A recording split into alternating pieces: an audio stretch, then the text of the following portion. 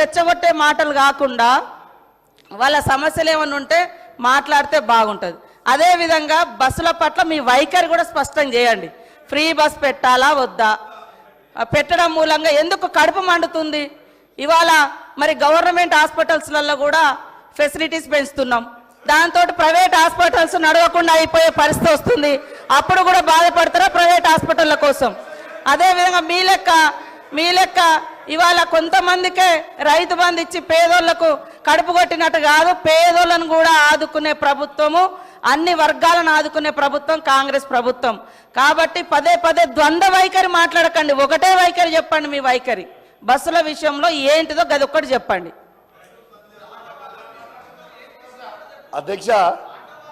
అధ్యక్ష పాపం మంత్రి గారికి తెలియదు అధ్యక్ష. దాదాపు ట్రాన్స్పోర్ట్లో ఉన్న ప్రతి డ్రైవర్కి కేసీఆర్ గారి నాయకత్వంలో 10 లక్షల మందికి 5 లక్షల ఇన్సూరెన్స్ చేసినాం అధ్యక్ష. పాపం మంత్రి గారికి నాలెడ్జ్ లేకపోవచ్చు. రెండోది అధ్యక్ష ఒక్క నిమిషం అధ్యక్ష, ఆటో డ్రైవర్లతో సహా చేసినాము. కౌశిక్ రెడ్డి గారు అడిగితే దానికి ఇవ్వనివ్వాల్సింది నాలెడ్జ్ లేదంటే ఏమని ఏంటి అధ్యక్ష? వారు మాట్లాడేది మహిళా మంత్రి అంటే ఇంత చులకనగా మాట్లాడితే ఎట్లా అధ్యక్ష? మా మంత్రి గారు ఏమన్నారు అధ్యక్ష ఇక్కడ వారు మాట వెనక్కి తీసుకొని మా మంత్రి గారు క్షమాపణ చెప్పాలి. నేను ఒకటి మహిళా తల్లందరూ కూడా క్షమాపణ చెప్పాలి. ఆయనలాగా నాకు దురహంకారమైనటువంటి నాలెడ్జ్ లేదు సార్. నాకు నాలెడ్జే ఉంది, సబ్జెక్ట్ వారుగానే ఉన్నది. కానీ ఆయన లెక్క దురహంకారమైనటువంటి నాలెడ్జి లేకుంటే ఓట్ల కోసం చస్తా అని బ్లాక్మెయిల్ చేసే నాలెడ్జి నాకు లేదు సార్. కాబట్టి ఆటో డ్రైవర్లు అనేక మంది గత ప్రభుత్వంలో ఇబ్బంది పడ్డమాట వాస్తవం.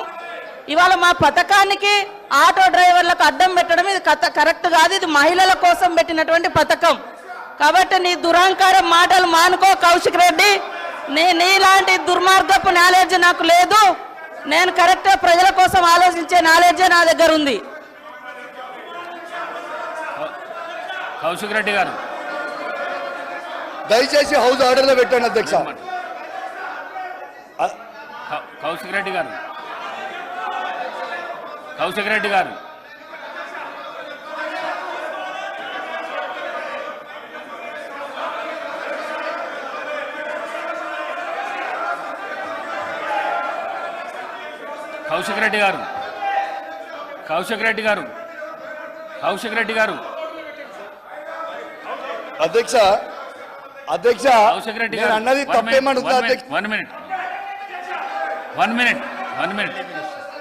1 minute.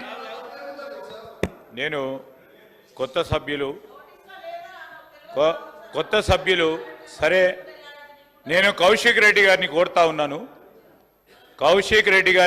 ఉన్నాను. ఒక గౌరవ మంత్రి గారిని ఆ విధంగా, దట్టు మహిళా మంత్రి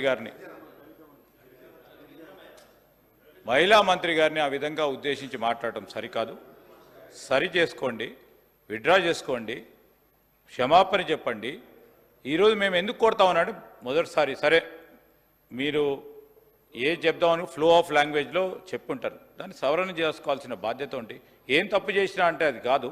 దయచేసి మా యువ మిత్రులను కోరుతా ఉన్నాను తప్పకుండా, ఎందుకంటే అసెంబ్లీ సమావేశాలకు సంబంధించి ఏ విధంగా మనం మాట్లాడాలి, ఈ సభకు సంబంధించిన గౌరవాన్ని ఏ విధంగా కాపాడే ప్రయత్నంలో పక్కనున్న మా కేటీఆర్ గారు కూడా చెప్తే బాగుంటుంది, పక్కనున్న పెద్దలు గోపీనాథ్ గారు చెప్తే బాగుంటుంది, అనుభవం ఉన్న మరి మహిళా పెద్దలు మాజీ మంత్రివర్యులు సబితా ఇంద్రారెడ్డి గారు కూడా చెప్తే బాగుంటుంది. కొత్త సభ్యులకు చెప్పాల్సిన ధర్మం మీ పైన కూడా ఉందని మీ ద్వారా వారికి తెలియజేస్తా ఉన్నాను అధ్యక్ష.